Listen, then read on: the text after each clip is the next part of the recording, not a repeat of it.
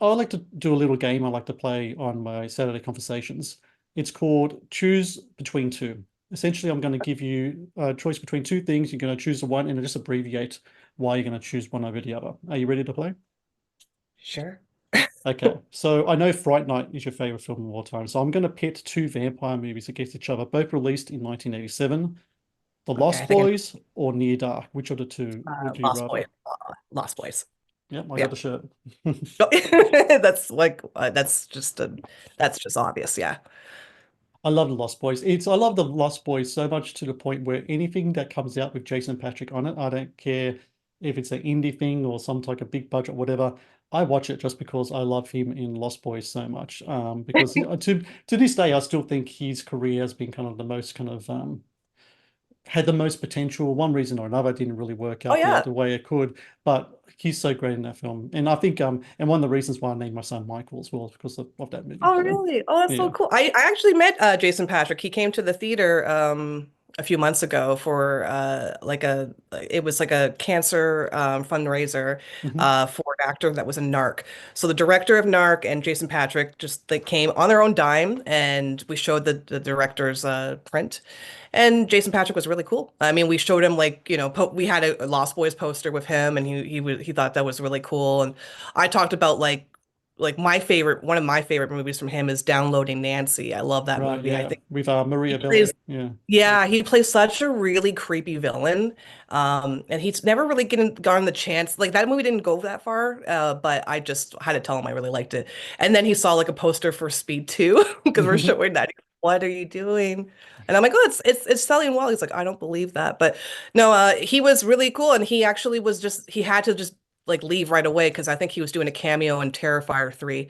Yeah. And yeah, so and I forgot about that until I saw him in that movie. Yeah, that's right. He's at the start of the film and plays the Laura's father in that. That's great. Yeah. Yeah.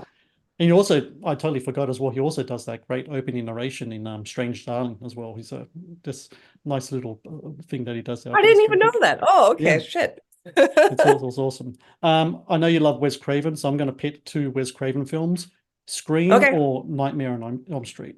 I'll Scream. I'm sorry. I'm a Scream fan. Is Kevin Uh, Williamson a big influence on you in regards to screenwriting?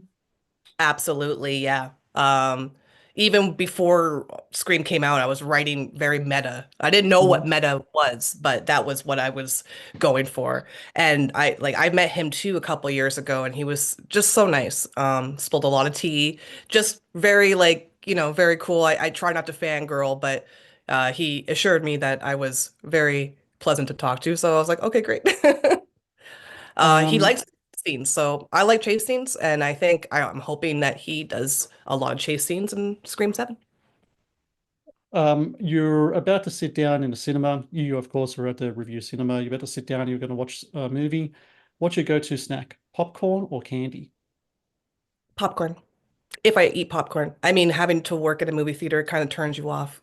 Mm. I'm more of a soda person. I like I like a large, crisp diet Pepsi fountain soda. That's probably what I like.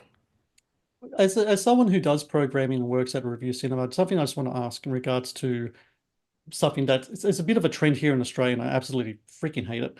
What's your rule in regards to people bringing outside foods? And when I mean outside foods, I'm not thinking about a pack of chips or something. I'm thinking about like someone who brings in like Chinese food or Mexican food or whatever, like takeaway fast food stuff into the cinema and eating that because that stuff's got a scent.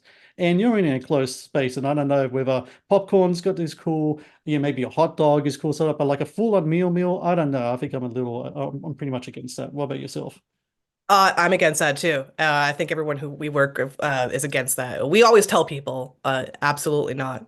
I think one time, it wasn't in my time, but somebody def at the review definitely brought in a rotisserie chicken, Oh eating wow. it, just left the carcass on the seats. And that's the thing, when people actually bring meals like that, they're bad people.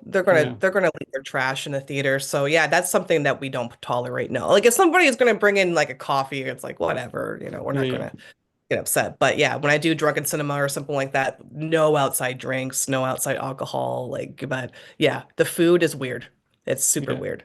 Yeah. It is many times I've been to even like to like media screenings. I've been to like where they have like maybe a guest or something and they go like a full spread. I'm like, this isn't a picnic, buddy. We're watching a movie here. Let's just relax. Last one with this game: physical media or streaming. Ooh, I would say physical media all the way. Absolutely. Especially when it's harder to get the titles you love on streaming. Like they might be available momentarily. I've noticed that even titles I buy, like straight off streaming, disappear sometimes, Yep. and you don't own it. You just own it. You can watch it as long as they own it. So you never actually really own it. So I think it's good. I think it's amazing to have like right now I like DVDs are kind of crapping out right now, but I still Mm. watch them from time to time. But yeah, Blu-rays. I'm always about the Blu-rays and obviously the Ultra HD. I'm collecting those too. So no, that's it's important. It's important to collect physical media.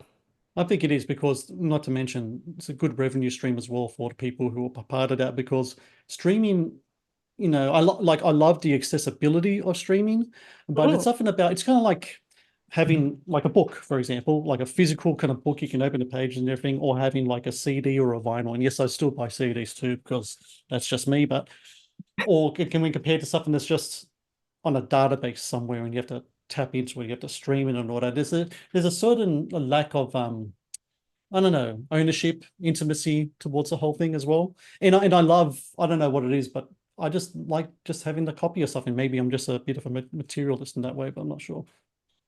Yeah, I like it too. I mean, at this point, I have so many that I don't know what to do with them. So, but I love to collect. And, we're so like at the Review, there's a video store called Vinegar Syndrome.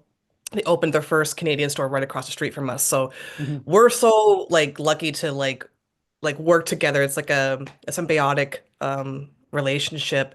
And all of the people who come to the Review usually go to the store and buy movies. And That's I great. think I go there as much as like they just had one of my favorite movies. They just released Looking for Mr. Goodbar.